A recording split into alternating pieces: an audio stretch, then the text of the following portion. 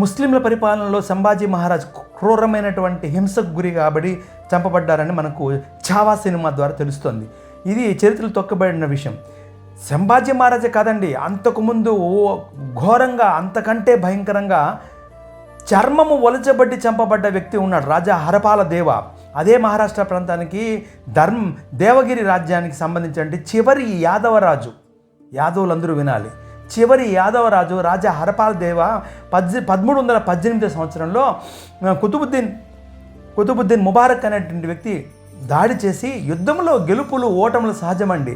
ఓడిన తర్వాత బంధించి మతం మారుతావా చచ్చిపోతావా అని అడిగితే మతం మారను, హిందూ ధర్మంలో ఉంటాను అని చెప్పిన కారణం చేత జీవంగా నుండి చిత్రహింసలు చేస్తూ చర్మం ఒలిచి, బతికుండగానే చర్మం ఒలిచి చంపడం జరిగింది.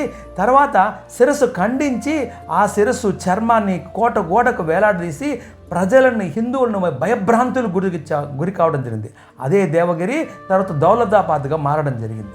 ఇది చరిత్రలో అతి ఘోరమైనటువంటి, ఇది సంభాజీ కంటే తీవ్రమైనటువంటి ఒక శిక్ష.